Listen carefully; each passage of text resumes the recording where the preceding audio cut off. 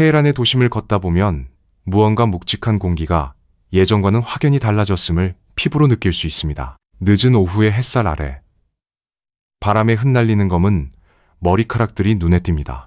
노천 카페에 앉아 친구들과 웃으며 차를 마시는 젊은 여성들. 그들의 머리 위에는 이란 체제의 상징과도 같은 히잡이 없습니다. 길 모퉁이에 서 있는 도덕 경찰들은 예전처럼 매서운 눈초리로 사람들을 훑어보지만 섣불리 다가가 곤봉을 휘두르지 못합니다. 불과 몇 년 전만 해도 상상조차 할 수 없었던 비현실적인 풍경입니다. 얼마 전까지만 해도 머리카락을 내놓고 거리를 걷는다는 것은 곧 감옥행을 의미했고 끔찍한 고문을 당할 수도 있는 국가 반역 행위였습니다. 그런데 지금 테헤란의 여성들은 너무나 당당하게 맨 얼굴로 거리를 활보하고 있습니다. 어떤 거대한 힘이 이들을 이렇게 만든 것일까요? 이 충격적인 변화의 시작점을 이해하기 위해서는 2022년 9월로 거슬러 올라가야 합니다. 마흐사 아미니, 22살의 평범했던 이 여성은 단지 히잡을 법대로 쓰지 않았다는 이유만으로 도덕 경찰에게 체포되었습니다. 그리고 며칠 뒤 차가운 주검이 되어 가족의 품으로 돌아왔습니다. 사실 그녀의 억울한 죽음이 이란 현대사에서 처음 있는 비극은 아니었습니다. 수많은 이란의 젊은이들이 국가의 무자비한 폭력 아랫소리 없이 사라져갔습니다. 하지만 아미니의 죽음은 달랐습니다. 그녀의 죽음은 이란 사회의 깊은 곳, 억눌린 분노가 고여있던 거대한 저수지의 댐을 단숨에 무너뜨리는 결정적인 균열이 되었습니다. 그녀의 고향에서 시작된 분노는 순식간에 테헤란을 넘어 이란 전역으로 들불처럼 번졌습니다. 처음에는 단지 억압적인 복장 규제를 멈춰달라는 외침이었습니다. 하지만 거리로 쏟아져 나온 사람들의 숫자가 수백만 명으로 불어나면서 구호는 완전히 다른 차원으로 진화했습니다. 과거 2009년 녹색운동이나 2019년 반정부 시위 때 사람들의 요구는 부정선거 규탄이나 물가 안정이었습니다. 즉, 체제 안에서의 점진적인 개혁을 원했던 것입니다. 그러나 이번에는 달랐습니다. 바리케이드 너머로 독재자에게 죽음을, 이슬람 공화국은 끝났다라는 구호가 터져나왔습니다. 이것은 더 이상 살기 힘들다는 투정이 아니라 신정체제 자체의 존재를 거부하겠다는 명백한 선전포고였습니다. 국가는 늘 그래왔듯 총과 칼로 화답했습니다. 최루탄이 거리를 메웠고 급기야 시민들을 향한 조준 사격이 시작되었습니다. 국가는 늘 그래왔듯 수백 명의 젊은이들이 피를 흘리며 쓰러졌고 수만 명이 체포되어 끔찍한 고문을 받았습니다. 과거의 이란이었다면 이쯤에서 시위가 잦아들고 사람들은 다시 공포에 질려 일상으로 숨어들었을 것입니다. 이란의 권력자들은 40년 동안 이런 피해 방정식으로 국민을 길들여 왔습니다. 하지만 이번에는 국가의 폭력이 그 위력을 상실했습니다. 한 명이 총에 맞아 쓰러지면 다음날 2명이 거리에 다시 섰습니다. 밤이 되면 건물 옥상에서 정권 타도를 촉구하는 함성이 밤하늘을 갈랐습니다. 총알이 날아와도 사람들은 흩어지지 않았습니다. 이 지점에서 이란 사회를 지탱해온 가장 중요한 기둥 하나가 산산조각 났음을 목격하게 됩니다. 바로 공포의 상실입니다. 무소불위의 독재가 유지되는 가장 강력한 무기는 사람들의 마음속에 심어진 서늘한 공포심입니다. 총구가 나를 향할지도 모른다는 두려움이 사람들을 순종하게 만듭니다. 그러나 이란의 젊은 세대는 스스로 그 공포의 장막을 찢어버렸습니다. 더 이상 잃을 것이 없는 자들의 분노가 마침내 죽음에 대한 두려움마저 압도해버린 것입니다. 여기서 우리는 기이하고도 소름 돋는 인식의 역전에 직면합니다. 총을 든 자들과 맨손으로 맞서는 자들 사이에 심리적 권력 구도가 뒤바뀐 것입니다. 사람들은 더 이상 국가를 두려워하지 않습니다. 오히려 고개를 꼿꼿이 들고 절대 물러서지 않는 시민들의 투명한 눈빛 앞에서 총을 쥔 권력자들이 서서히 등골이 서늘해지는 두려움을 느끼기 시작했습니다. 무소불위의 권력을 휘두르던 지배층은 건국 이래 처음으로 자신들의 발밑이 근본적으로 흔들리고 있음을 깨닫고 있습니다. 그렇다면 근본적인 의문이 생깁니다. 이스라엘과 맞서고 미국을 위협하는 막강한 군사력의 이란이 도대체 왜 여성들의 머리카락 몇 가닥에 이토록 병적으로 벌벌 떠는 것일까요? 왜 히잡 착용을 조금 느슨하게 해주는 것조차 체제 전체의 붕괴로 받아들이고 결사항전하는 것일까요? 그 대답은 쿠란의 가르침에 있지 않습니다. 그 해답은 이란이라는 국가가 생존하기 위해 짜놓은 아주 기형적이고 차가운 권력의 공식 안에 숨겨져 있습니다. 외부의 관찰자들, 특히 서방 세계의 사람들은 이란의 격렬한 시위를 보며 아주 단순하고 상식적인 질문을 던지곤 합니다. 그저 낡은 천조가리 하나일 뿐인데 왜 융통성 있게 그냥 벗게 내버려 두지 않는가? 사람들이 저토록 분노하고 국가 경제가 마비될 위기에 처했다면 히잡 착용을 개인의 자율에 맡기는 아주 작은 양보 하나로 시위를 진정시키고 정권의 안정을 되찾을 수 있지 않을까? 언뜻 보기에는 출구 전략으로 쓸 수 있는 매우 합리적인 타협책처럼 들립니다. 하지만 이슬람 공화국을 통치하는 늙은 최고 권력자들의 머릿속에서 히잡은 결코 단순한 패션의 문제나 자잘한 종교적 율법의 차원이 아닙니다. 그들에게 히잡은 정권의 존립을 지탱하는 베를린 장벽과도 같은 굳건한 요새입니다. 이 거대한 체제의 구조를 젠가 게임에 비유해 볼 수 있습니다. 수많은 나무 블록들을 아슬아슬하게 쌓아 올린 권력의 탑에서 히잡은 가장 밑바닥에 위치한 핵심 지지대입니다. 이란의 최고 지도자와 강경파 성직자들은 자신들이 신의 율법을 지상에서 대리하여 통치한다는 신성한 명분을 통해 누구도 범접할 수 없는 절대 권력을 행사해 왔습니다. 그리고 이란의 거리, 학교, 직장 등 모든 공공장소에서 그 신의 율법이 한치의 오차도 없이 엄격하게 집행되고 있음을 시각적으로 증명하는 가장 명백하고 일상적인 장치가 바로 여성들의 의무적인 히잡 착용입니다. 그것은 종교적 신념의 표현을 넘어 이란 국민이 국가의 철저한 통제 시스템에 순종하고 있다는 것을 보여주는 체제의 굴레입니다. 만약 정부가 사람들의 거센 저항에 밀려 어느 날 갑자기 히잡을 선택사항으로 바꾼다면 어떤 일이 벌어질까요? 대중은 그 즉시 무서운 진실을 깨닫게 될 것입니다. 아, 이들이 그토록 부르짖던 절대적인 신의 명령이라는 것도 결국 거리를 점령한 시위대의 힘 앞에서는 타협하고 양보할 수 있는 한낱 인간의 규칙에 불과하구나. 이 깨달음은 신정체제 입장에서 가장 치명적인 독약입니다. 권력의 신성함이 깨지는 순간이기 때문입니다. 히잡이라는 첫 번째 둑이 무너지면 오랫동안 짓눌려 있던 사람들의 요구는 결코 거기서 멈추지 않을 것입니다. 음주를 허용해달라는 요구, 억압적인 인터넷 검열을 해제하라는 요구를 넘어 궁극적으로는 왜 선출되지 않은 성직자들이 국가의 모든 권력과 부를 독점해야 하는가 라는 근본적인 체제 붕괴의 외침으로 폭포수처럼 이어질 수밖에 없습니다. 이것이 바로 우리가 이 사태를 보며 짚고 넘어가야 할 가장 뼈아픈 인식의 전환입니다. 이란 정권이 그토록 집요하고 잔인하게 히잡에 집착하는 이유는 이슬람의 종교적 순수성을 지키기 위해서가 절대 아닙니다. 공공공간을 완벽하게 통제하고 대중의 심리 속에 굴종을 각인시켜 최고 지도자의 권력의 의자를 지켜내기 위한 가장 극단적이고 효율적인 정치적 도구이기 때문입니다. 그렇기에 길거리에서 여성을 단속하는 도덕경찰은 신학을 가르치는 자비로운 성직자가 아니라 정권의 권위가 어디까지 미치는지 그 경계선을 무력으로 순찰하는 정치적 친위대입니다. 히잡을 쓰지 않은 채 바람을 맞으며 거리를 걷는 여성은 그 자체로 걸어다니는 체제전복의 선언문이며 억압적인 통치 방식이 수명을 다했음을 증명하는 살아있는 시한폭탄이 됩니다. 정권은 바람에 흩날리는 머리카락 몇 가닥을 체제에 대한 직접적인 위협으로 간주하고 실탄을 장전해야만 하는 덫에 빠진 것입니다. 이해할 수 없을 만큼 잔혹한 이 체제는 도대체 언제, 어떤 방식으로 잉태된 것일까요?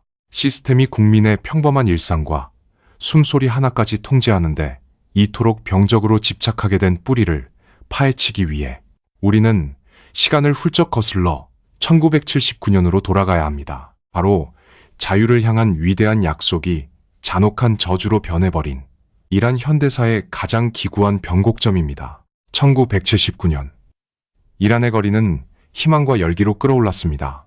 수백만 명의 시민들이 거리로 쏟아져 나와 서방의 강력한 후원을 받던 부패한 팔레비 왕조를 무너뜨렸습니다. 당시 전 세계는 중동의 심장부에서 벌어진 이 거대한 시민혁명을 경이로운 눈으로 바라보았습니다. 많은 사람들은 이 혁명이 이란에 진정한 자유와 민주주의를 가져다 줄 것이라고 굳게 믿었습니다. 그런데 여기서 우리가 흔히 간과하는 역사적 진실이 하나 있습니다. 오늘날 흔히 이슬람 혁명이라고 불리는 이 거대한 사건은 애초에 성직자들만의 단독적인 종교적 봉기가 아니었다는 사실입니다. 당시 테헤란의 광장을 가득 메웠던 사람들의 면면을 살펴보면 그 스펙트럼은 실로 놀라웠습니다. 억압적인 체제에 반대하며 서구식 자유를 외치던 진보적인 대학생들, 경제적 평등과 노동자의 권리를 주장하던 막강한 좌파 지식인들, 거대한 파업으로 국가 경제를 멈춰 세운 노동조합, 그리고 전통적인 상인 계층인 바자르 상인들까지. 이란 사회의 모든 계층과 이념이 왕정타도라는 단 하나의 목표 아래 기적적인 연합을 이뤘던 것입니다.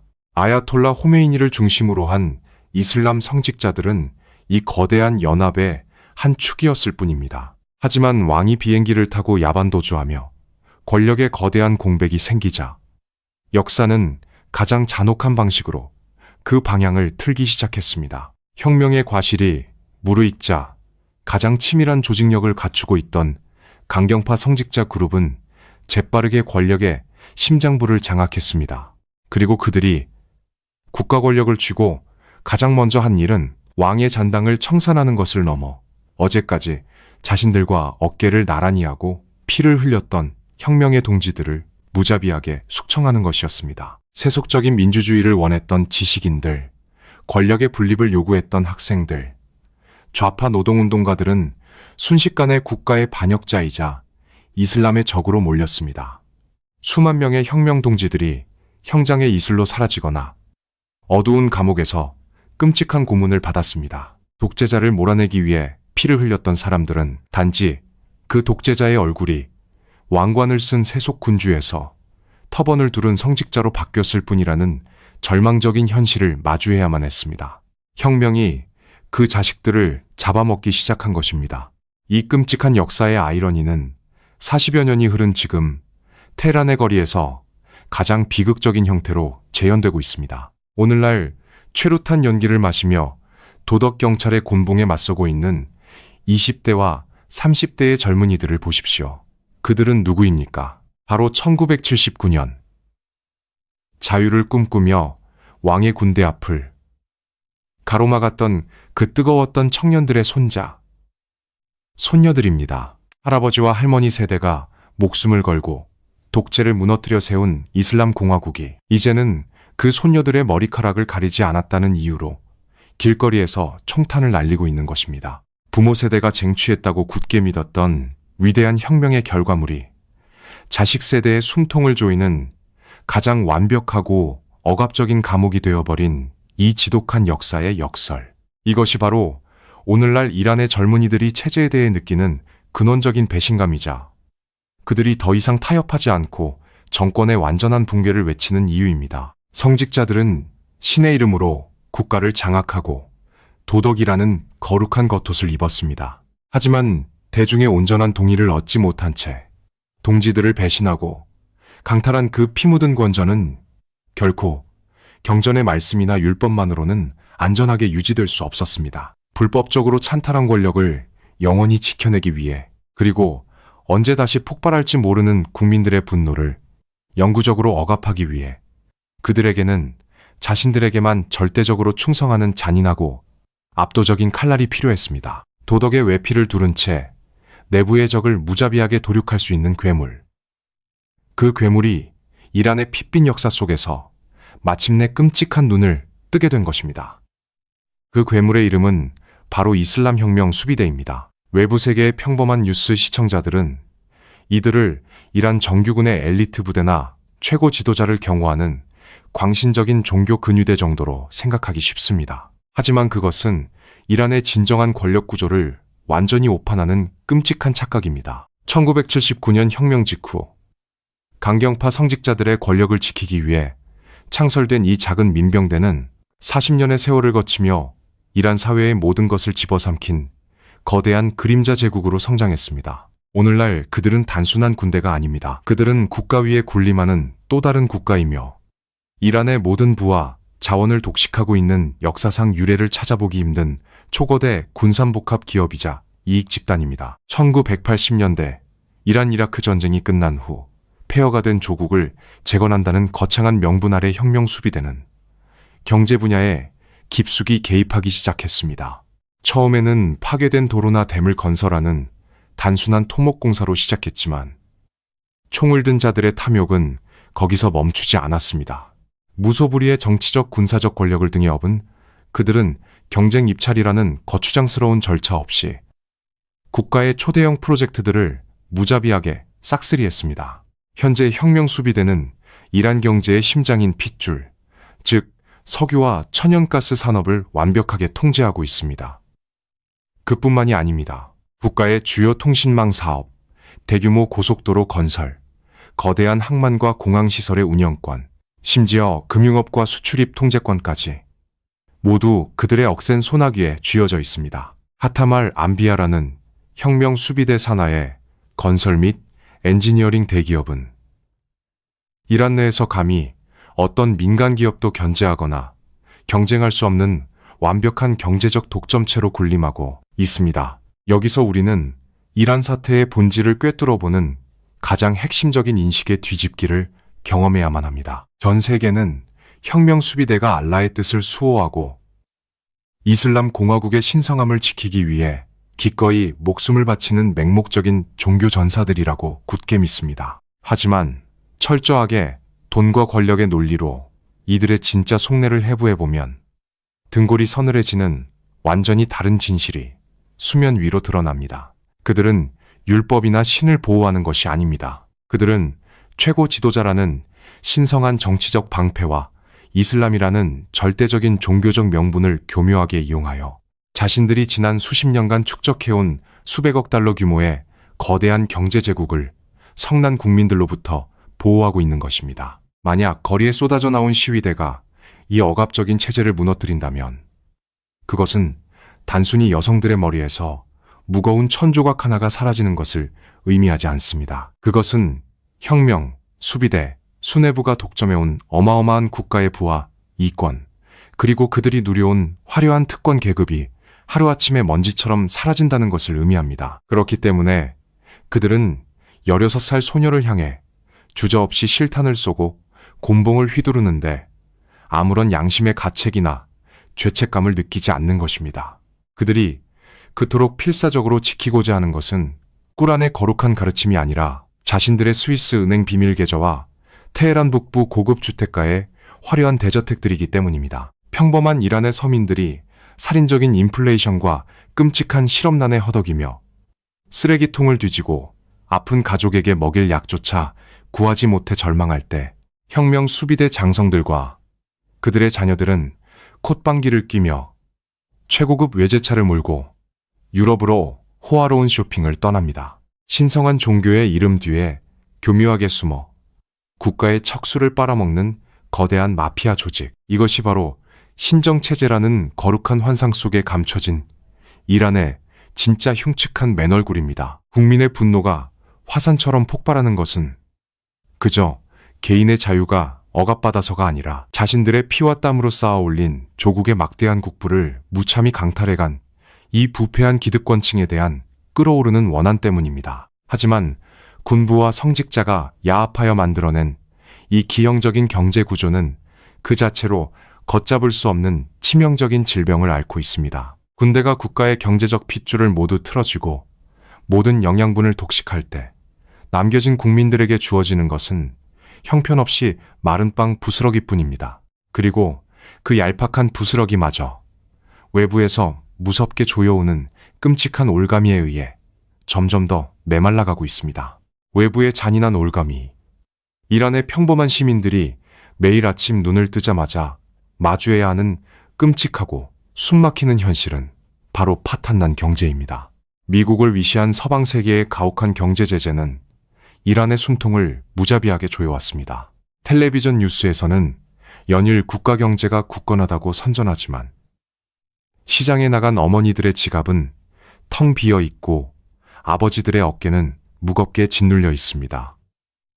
화폐 단위인 리알화의 가치는 휴지 조각처럼 곤두박질 쳤고 살인적인 물가 상승은 평범한 가족의 저녁 식탁에서 고기와 과일을 앗아갔습니다. 병원에 간 환자들은 서방의 제재로 수입이 막힌 생명유지용 필수 의약품을 구하지 못해 고통 속에서 신음하며 죽어가고 있습니다. 겉보기에는 서방의 경제 제재가 이란이라는 국가 전체를 굶겨 죽이며 체제를 서서히 무너뜨리고 있는 것처럼 보입니다. 하지만 여기서 우리는 세계 정치의 가장 잔혹하고 기만적인 역설 하나를 목격하게 됩니다. 서방의 정치인들은 경제 제재가 정권을 약화시키고 국민의 저항을 불러일으킬 것이라고 굳게 믿었지만 실상은 전혀 달랐습니다. 그 촘촘한 제재의 그물망이 엉뚱하게도 부패한 이슬람 혁명 수비대, 지휘부와 기득권층에게는 황금알을 낳는 거위가 되어버렸기 때문입니다. 정상적인 무역의 길이 막혀버리자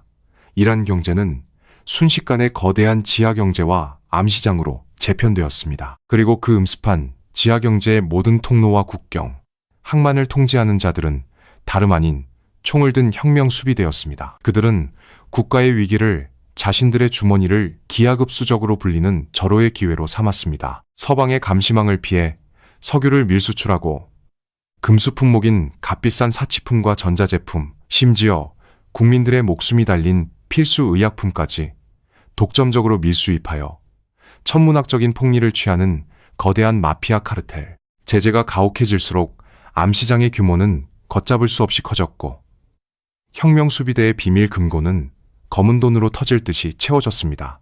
일반 국민들은 제재의 직격탄을 맞아 빵 한 조각을 사기 위해 쓰레기통을 뒤지며 피눈물을 흘리지만 밀수 네트워크를 장악한 체제의 핵심 계층은 경쟁자가 모두 사라진 독점 시장에서 유례없는 엄청난 부를 축적하며 살찌고 있습니다.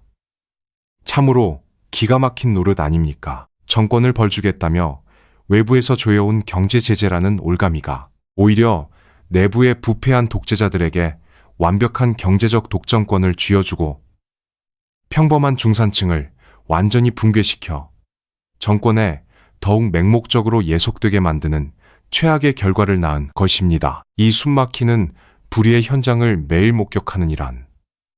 국민들의 가슴 속에는 절망을 넘어선 맹렬한 증오가 끓어오를 수밖에 없습니다. 최고 권력자의 친척과 혁명, 수비대 고위 간부들의 자녀들인 이른바 아가자대들은 부모가 밀수와 부정부패로 긁어모은 돈으로 서방 세계의 최고급 대학으로 유학을 떠납니다.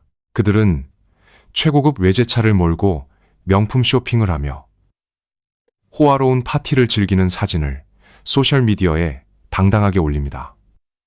반면 이란 국내에 남겨진 평범한 청년들은 명문대학을 졸업하고도 일자리를 구하지 못해 거리에서 물건을 팔거나 짐승처럼 노동하며 하루하루 연명해야 합니다. 고위층에 끔찍할 정도로 위선적인 민낯이 백일화에 드러날 때마다 국민들이 느끼는 모멸감과 배신감은 뼈에 사무칠 정도로 깊고 날카롭습니다. 알라의 이름을 입에 올리며 국민들에게는 금욕과 맹목적인 희생을 강요하는 자들이 정작 뒤에서는 서방의 자본주의를 누구보다 탐욕스럽게 즐기고 있다는 사실은 체제의 도덕적 파산을 완벽하게 선언하는 것이었습니다. 가난과 굶주림은 인간의 존엄을 갉아먹지만 그것이 극에 달하면 역설적으로 죽음에 대한 공포마저 지워버리는 강력한 뇌관이 됩니다. 이제 이란의 거리는 폭발 직전의 거대한 압력 밥솥과도 같습니다. 이 극심한 빈곤과 짙은 절망은 새로운 세대를 더 이상 물러설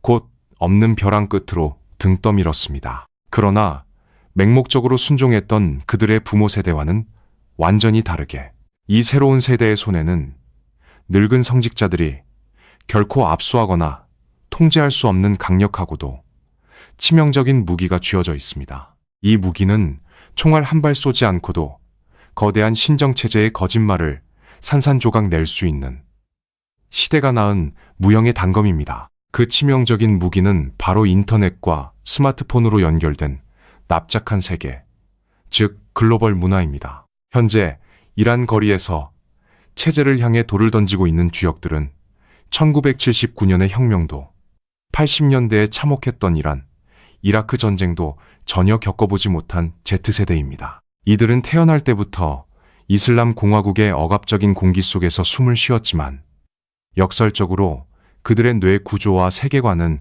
이란의 국경 안에 갇혀있지 않습니다. 정부는 막대한 예산을 들여 인터넷을 검열하고 이른바 할랄 인터넷이라는 거대한 디지털 장벽을 세워 외부 세계의 정보를 철저히 차단하려 했었습니다. 하지만 이란의 젊은이들은 아주 어릴 때부터 가상 사설망, 즉 VPN을 자유자재로 다루며 국가의 감시망을 비웃듯 넘나들었습니다. 그들은 서울이나 뉴욕, 파리의 젊은이들과 똑같은 넷플릭스 드라마를 보고 K-팝을 들으며 소셜미디어를 통해 전 세계의 최신 트렌드를 실시간으로 공유합니다.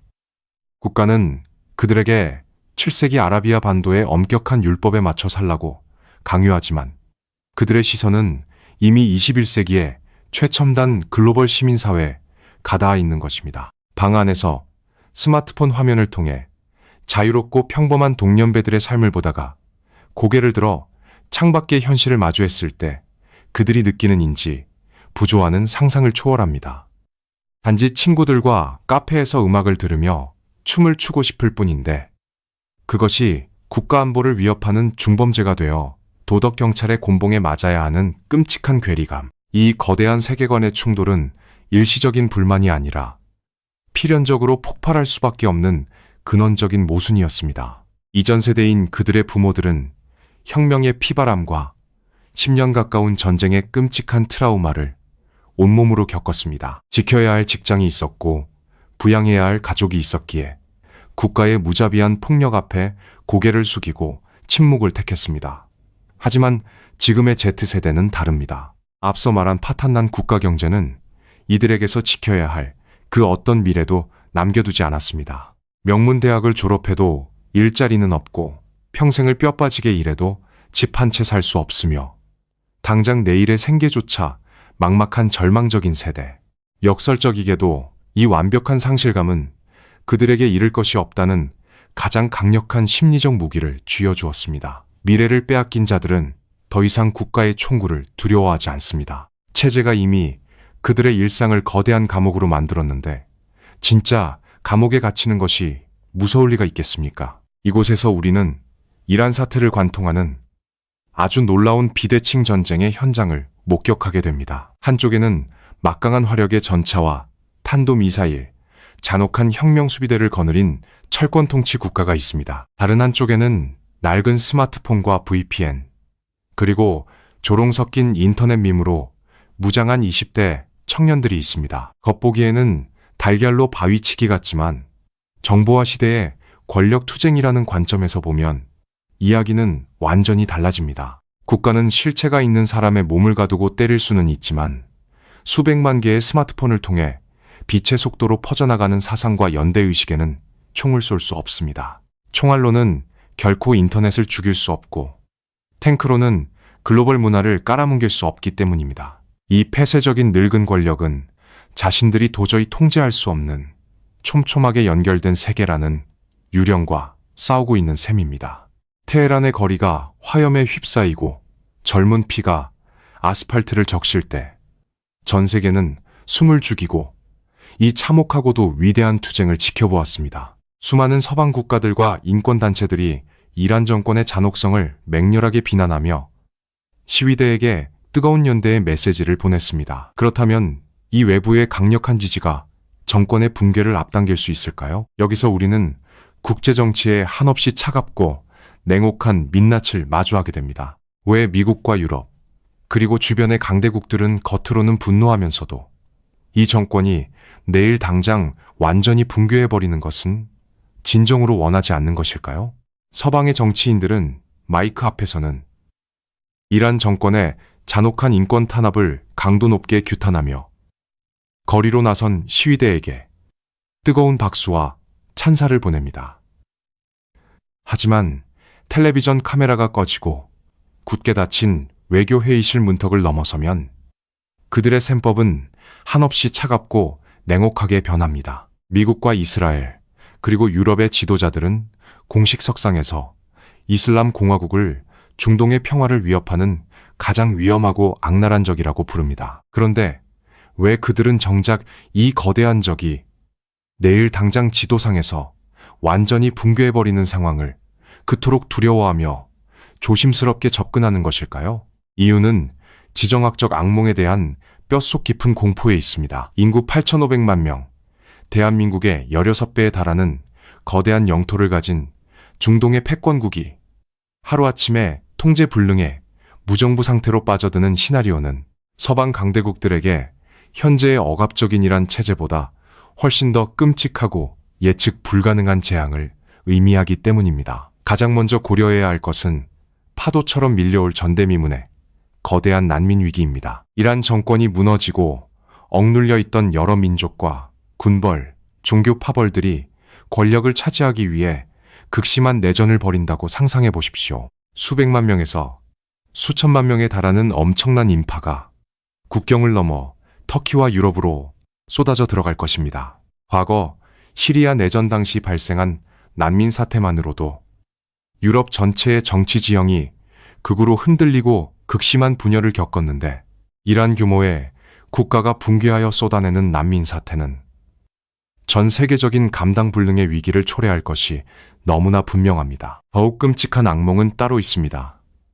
바로 통제되지 않는 핵무기와 중동 전역에 흩어진 무장단체들입니다. 이란은 현재 국제사회의 촘촘한 제재 속에서도 상당한 수준의 농축 우라늄과 고도화된 군사기술을 겹겹이 쌓아두고 있습니다. 만약 강력한 통제력을 행사하던 중앙정부가 붕괴하고 무소불위의 권력을 휘두르던 이슬람 혁명 수비대가 여러 이익 집단으로 쪼개져 서로 총을 겨누며 내전을 벌인다면 어떻게 될까요? 이 치명적인 대량 살상 무기와 탄도미사일들이 알카에다나 이슬람 국가와 같은 극단주의 테러 조직의 손에 들어가지 않는다고 과연 누가 확실히 장담할 수 있겠습니까? 게다가 이란 정권이 지난 수십 년 동안 막대한 자금과 무기를 대며 중동 곳곳에 은밀하게 키워온 거대한 대리 세력 네트워크가 존재합니다. 레바논의 헤즈볼라, 예멘의 후티 반군, 이라크와 시리아의 거대한 시아파 민병대들. 만약 이들의 후원자인 테헤란의 권력자부가 하루아침에 사라진다면 통제고삐가 풀린 이 거대한 무장 조직들은 각자의 생존과 이익을 위해 닥치는 대로 폭력을 행사하며 중동 전역을 걷잡을 수 없는 거대한 피해 화약고로 만들어버릴 위험이 매우 높습니다. 바로 이 지점에서 우리는 국제정치의 가장 비정하고 서늘한 역설을 마주하게 됩니다. 강대국들의 냉혹한 관점에서 볼 때 예측할 수 없는 거대한 혼돈이라는 블랙홀보다는 차라리 통제 가능하고 계산 가능한 나쁜 적이 훨씬 더 낫다는 뼈아픈 진실입니다. 혼돈이라는 블랙홀보다는 차라리 통제 가능하고 계산 가능한 나쁜 적이 훨씬 더 낫다는 뼈아픈 진실입니다. 아무리 자국민을 억압하고 잔혹하게 탄압하는 독재 정권이라 할지라도 그들은 최소한 협상 테이블에 마주 앉아 무언가를 거래할 수 있는 정치적 실체가 있고 자신들의 권력을 유지하기 위해 넘지 말아야 할 선을 정확히 알고 있습니다. 서방 세계는 이란 시위대에 피 흘리는 용기에 도덕적인 찬사를 보내면서도 내심이 억압적인 체제가 스스로 완전히 무너지지 않고 그저 적당히 힘을 소진하며 현상 유지만을 해주기를 바라고 있는지도 모릅니다. 도덕주의라는 화려한 외투를 벗겨내면 그 안에는 자국의 국가 이익과 안보만을 철저하게 계산하는 비정한 지정학적 주판알만 덩그러니 놓여있을 뿐입니다. 거리에서 피를 흘리며 죽어가던 이란의 젊은이들도 마침내 이 잔인한 현실을 깨닫기 시작했습니다. 외부 세계가 자신들을 구하러 오지 않을 것이라는 차가운 진실을 깨달은 이란 국민들은 이제 스스로 살아남기 위한 완전히 새로운 생존 전술을 선택해야만 했습니다. 그것은 매우 느리지만 그 어떤 폭력적인 시위보다 정권에게 더 치명적이고 파괴적인 전술이었습니다. 수백만 명이 거리를 가득 메웠던 거대한 분노의 물결은 경찰의 무자비한 진압과 실탄 사격 앞에서 점차 잦아드는 것처럼 보였습니다. 서방의 뉴스 카메라들도 하나둘 철수했고 세계의 관심도 서서히 다른 국제 분쟁으로 옮겨갔습니다. 이란의 늙은 권력자들은 마침내 자신들이 거리의 폭동을 완벽하게 진압하고 다시 국가의 통제력을 회복했다고 안도하며 축배를 들었을지도 모릅니다. 하지만 그것은 거대한 쓰나미가 덮치기 직전 바닷물이 비정상적으로 빠져나가며 만들어낸 소름 끼치도록 기만적인 고요함에 불과했습니다. 이란의 젊은이들은 잔혹한 총알을 피해 일단 집으로 돌아갔지만 그들의 마음속 깊은 곳에서 거세게 타오르는 저항의 불꽃까지 꺼트린 것은 결코 아니었습니다. 그들은 단단하고 거대한 바위와 정면으로 부딪혀 무의미하게 피를 흘리며 산산조각 나는 대신 그 바위를 아주 천천히 그러나 완벽하게 녹여버리는 지독한 산성비가 되기로 결심했습니다. 이른바 일상 속의 조용한 저항, 가장 치명적이고 끔찍한 소모전에 막이 오른 것입니다. 오늘날 테헤란의 평범한 일상을 가만히 들여다보면 이 소리 없는 그러나 잔혹한 전쟁의 실체를 너무나 선명하게 목격할 수 있습니다. 거리의 최루탄 연기는 사라졌고 구호를 외치는 대규모 군중도 없지만 노천 카페와 식당에는 체제의 상징인 히잡을 쓰지 않은 채 당당하게 차를 마시고 웃고 떠드는 여성들이 넘쳐납니다. 정부는 히잡을 쓰지 않은 여성 손님을 받는 상점의 문을 강제로 폐쇄하고 무거운 벌금을 매기겠다고 핏대를 세우며 엄포를 놓았습니다. 하지만 수많은 상점 주인들은 권력의 살벌한 지시를 비웃기라도 하듯 묵살하고 맨 얼굴로 걸어 들어오는 여성들을 오히려 따뜻하게 환대합니다. 밤이 깊어지면 도시의 어두운 골목길 벽면에는 정권의 몰락을 저주하고 규탄하는 날, 선 구호들이 유령의 지처럼 새겨집니다. 날이 밝으면 도덕 경찰들이 헐레벌떡 달려와 페인트로 그 글귀를 황급히 지워버리지만 다음날 아침이면 옆 벽면에 또 다른 글씨가 선명하게 나타나는 숨바꼭질이 매일같이 지독하게 반복되고 있습니다. 자동차를 운전하는 여성들은 창문을 활짝 내리고 바람에 머리카락을 흩날리며 단속을 벌이는 경찰의 눈앞을 아주 유유히 그리고 오만하게 스쳐 지나갑니다. 이러한 풍경들은 얼핏 보면 개인들의 파편화되고 사소한 일탈 행동들처럼 보일 수 있습니다. 하지만 국가 권력의 작동 원리라는 차가운 역학의 관점에서 분석해보면 이것이야말로 가장 견고하고 폭력적인 독재의 철옹성을 안에서부터 붕괴시키는 가장 무섭고 치명적인 무기임을 알 수 있습니다. 수백만 명이 어느 날 한 곳에 모여 분노를 터뜨리며 소리를 지를 때는 무자비한 경찰력과 장갑차를 총동원하여 물리적으로 짓밟아 버릴 수 있습니다. 폭력의 표적이 한 곳에 뚜렷하게 집중되어 있기 때문입니다.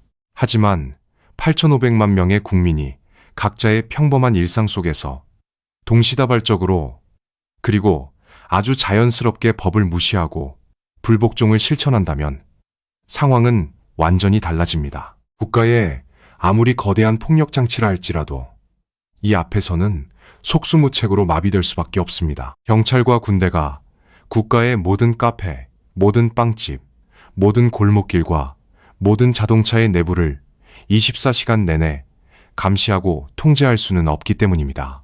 모든 시민을 일일이 잡아들여 가둘 만큼 거대한 감옥은 이 세상 그 어디에도 존재하지 않습니다. 정권은 지금 자신들이 그토록 자랑하던 무소불위의 억압적인 통제망이 조금씩, 그러나 절대로 돌이킬 수 없는 방식으로 구멍나고 너덜너덜해지는 과정을 두 눈 뜨고 무력하게 지켜보고만 있습니다. 억압적인 법을 어기는 사람들이 극소수일 때는 그들을 본보기로 잔혹하게 처벌하여 공포심을 조장할 수 있습니다. 하지만 사회의 다수가 그 법을 조롱하고 무시하기 시작하면 처벌의 권위 자체는 허무하게 공중분해되어 버립니다. 매일 밤낮으로 숨바꼭질을 해야 하는 하급 경찰과 군인들의 심리적 피로감과 자괴감은 이미 극에 달했습니다. 지난 40년 동안 이란 체제를 가장 밑바닥에서 굳건하게 지탱하던 서늘한 공포의 장막은 이제 다해진 낡은 넝마가 되어 초라하게 흩날리고 있습니다. 권력이 물리적인 힘으로 사람들의 육체를 억지로 짓누를 수는 있어도 이미 해방감과 자유를 맛본 그들의 정신과 일상을 다시 과거의 어두운 감옥으로 구겨 넣을 수는 없다는 뼈아픈 진실이 매일의 풍경 속에서 입증되고 있는 것입니다. 이 소리 없는 불복종의 산성비는 단 하루도 쉬지 않고 이란 신정체제의 낡은 뼈대를 치명적으로 갉아먹고 있습니다. 이란의 권력자들은 대외적으로는 끄떡없는 척 오만한 태도를 유지하지만 자신들이 깔고 앉은 거대한 권력의 의자다리가 서서히 속부터 썩어 들어가고 있음을 누구보다 뼈저리게 느끼고 있습니다. 하지만 일상에서 벌어지는 이 지독하고 피말리는 소모전보다 정권의 수뇌부를 훨씬 더 끔찍한 근원적 공포로 몰아넣는 시한폭탄이 따로 존재합니다. 그 어떤 막강한 권력자도 결코 피할 수 없는 생과 사의 거대한 변수, 테헤란의 가장 깊고 은밀한 권력의 밀실에서 지금 이 순간에도 초침을 째깍거리며 체제의 명운을 건 죽음의 카운트다운을 하고 있는 바로 그 문제 말입니다. 모든 독재자가 가장 두려워하는 적은 광장의 시위대도 외부의 경제 제재도 아닙니다. 그것은 결코 타협할 수 없고 그 누구도 피할 수 없는 정해진 운명, 바로 시간입니다. 이란의 절대 권력자 알리암의 내인은 이제 85살의 고령입니다. 그의 건강이 위독하다는 소문은 테헤란의 밤거리를 유령처럼 떠돌고 있으며 그가 공식 석상에서 조금만 수척한 모습을 보여도 전 세계 정보기관의 안테나는 극도로 예민하게 곤두섭니다. 이슬람 공화국이라는 거대한 신정체제에서 최고 지도자는 단순히 국가의 수반을 넘어 신의 의지를 지상에 전달하는 유일한 통로이자 체제 전체를 하나로 묶어주는 절대적인 정신적 지주입니다. 그런데 이 거대한 권력의 탑을 지탱하는 단 하나의 기둥이 이제 서서히 부식되어 무너지기 직전의 상황에 놓여 있습니다. 더욱 끔찍한 것은 하메네이 이후를 책임질 명확하고 압도적인 후계자가 전혀 보이지 않는다는 사실입니다. 민주주의 국가에서는 선거를 통해 권력을 이양하고 일반적인 독재 국가에서도 세습이나 사전에 합의된 후계 구도가 존재하기 마련입니다. 하지만 이란의 신정체제는 구조적으로 매우 기형적입니다. 이론적으로는 성직자들로 구성된 전문가 회의가 다음 지도자를 선출하게 되어 있지만 실제로는 물밑에서 벌어지는 추악한 권력 암투와 파벌 싸움이 모든 것을 결정합니다. 하메네이의 아들이 권력을 승계할 것이라는 관측도 있지만 이는 혁명의 명분이었던 반왕정 정서에 정면으로 위배되는 일입니다. 결국 하메네이의 죽음은 이란이라는 거대한 국가를 단번에 지도자도 방향키도 없는 극도의 혼란과 진공 상태로 몰아넣을 시한폭탄의 스위치가 될 것입니다. 바로 이 거대한 권력의 공백을 노리며 어둠 속에서 발톱을 갈고 있는 집단이 바로 앞서 말씀드린 이슬람 혁명 수비대입니다. 총과 돈을 모두 거머쥔 이들은 성직자들이 경전을 읊조리며 탁상 공론을 벌이는 동안 국가의 실질적인 모든 기능을 이미 장악했습니다. 혁명 수비대의 수뇌부에게 하메네이의 사후는 자신들의 거대한 경제적 이권과 기득권을 영구적으로 보장받을 수 있는 일생일대의 기회입니다. 그들은 자신들의 통제를 따르지 않는 고집센 성직자가 다음 지도자가 되는 것을 결코 좌시하지 않을 것입니다. 오히려 그들은 자신들의 입맛에 맞는 허수아비 성직자를 자리에 앉히거나 최악의 경우 아예 신정체제의 낡은 외피를 벗어던지고 군부 중심의 노골적인 군사, 독재국가로 변모하려는 은밀한 계획을 세우고 있을지도 모릅니다. 이것은 이란 내부의 또 다른 거대한 폭발을 의미합니다. 권력을 지키려는 강경파 성직자들과 권력을 찬탈하려는 군부 세력, 그리고 이 틈을 타서 체제 자체를 무너뜨리려는 굶주린 민중들, 이 세 세력이 정면으로 충돌하는 순간 테헤란은 인류 역사상 유례를 찾기 힘든 피비린내, 나는 권력 쟁탈전의 각축장이 될 것입니다. 하메네이라는 노예한 독재자가 간신히 누르고 있던 이 거대한 압력 밥솥의 뚜껑이 열리는 날, 이란은 단순히 시위와 진압의 수준을 넘어 국가의 존립 자체가 흔들리는 실존적 위기에 직면하게 될 것입니다. 하지만 여기서 우리는 가장 근본적이고도 슬픈 질문을 던져야 합니다. 권력의 주인이 성직자에서 군인으로 바뀐다고 해서, 혹은 새로운 지도자가 들어선다고 해서 이란 국민들의 삶이 달라질 수 있을까요? 이미 이란이라는 국가의 심장부에서는 그 어떤 정치적 술수나 무력으로도 고칠 수 없는 치명적인 괴사가 진행되고 있기 때문입니다. 하메네이가 살아있든 죽든, 그리고 누가 그 뒤를 잇든 상관없이 이미 이란 사회에서 영원히 죽어버린 것이 하나 있습니다. 그리고 그것이야말로 이 거대한 비극의 종지부를 찍을 진짜 마지막 열쇠입니다. 역사를 돌이켜보면 절대 권력을 휘두르던 전체주의 정권들이 무너지는 순간은 겉으로 보기에 가장 취약할 때가 아닙니다. 오히려 겉으로는 철통 같은 통제력을 과시하고 가장 잔혹한 폭력을 행사하며 반대파를 완벽하게 짓밟았다고 자만하는 바로 그 순간에 예기치 않은 파멸을 맞이하곤 합니다. 왜 그럴까요?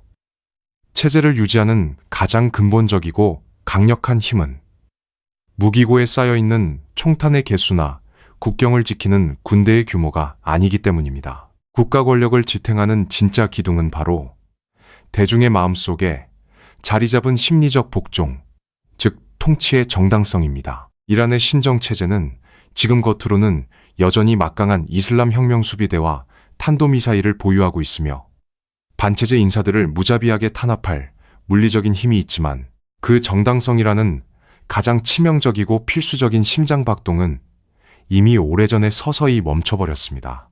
현재 테헤란에 늙고 완고한 권력자들은 자신들이 여전히 이 거대한 국가를 통치하고 있다고 스스로를 기만하며 굳게 믿고 싶어 합니다. 하지만 엄밀히 말해 그들은 살아 숨쉬는 능동적인 국민들을 다스리고 있는 것이 결코 아닙니다. 그들은 단지 억압과 공포에 질려 침묵했던 과거의 낡은 그림자들 위에 헛되이 군림하고 있을 뿐입니다. 목숨을 걸고 거리에서 히잡을 벗어던진 젊은 여성들, 인터넷 암호화 기술을 통해 전 세계의 동세대와 실시간으로 연대하며 자유를 갈망하는 청년들, 감시의 눈을 피해 매일 밤 체제를 조롱하는 날카로운 구호를 차가운 시멘트 벽에 적어 내려가는 평범한 시민들, 이들의 마음속에서 이슬람 공화국이라는 폭력적인 국가는 이미 완벽하게 사망 선고를 받았습니다. 국민들이 국가의 폭력을 더 이상 두려워하지도, 성직자들의 율법을 존경하지도,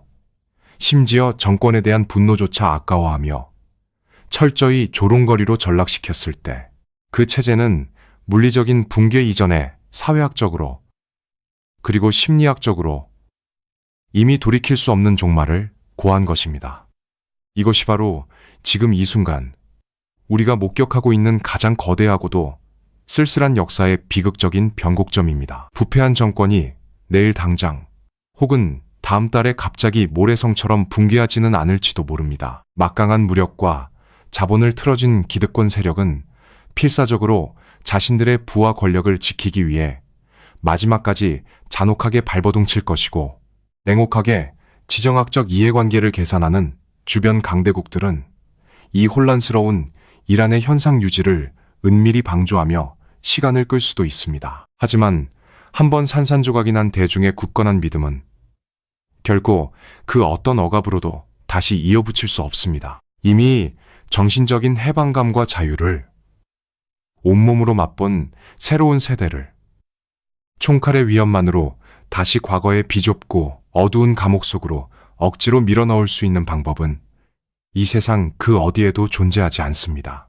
낡고 녹슨 부러진 칼날로는 사람의 겉살같이를 벨 수는 있을지 몰라도 이미 깨어난 사람의 단단한 마음을 영원히 베어내고 통제할 수는 없는 법입니다. 1979년 부패한 팔레비 왕정을 무너뜨리고 진정한 자유와 평등을 향한 뜨거운 갈망으로 시작되었으나 결국 역사상 가장 잔혹하고 기형적인 억압체제로 변질되어 버린 이란의 핏빛 역사는 이제 그 피할 수 없는 마지막 장을 향해 무겁고도 서늘한 발걸음을 내디뎠습니다.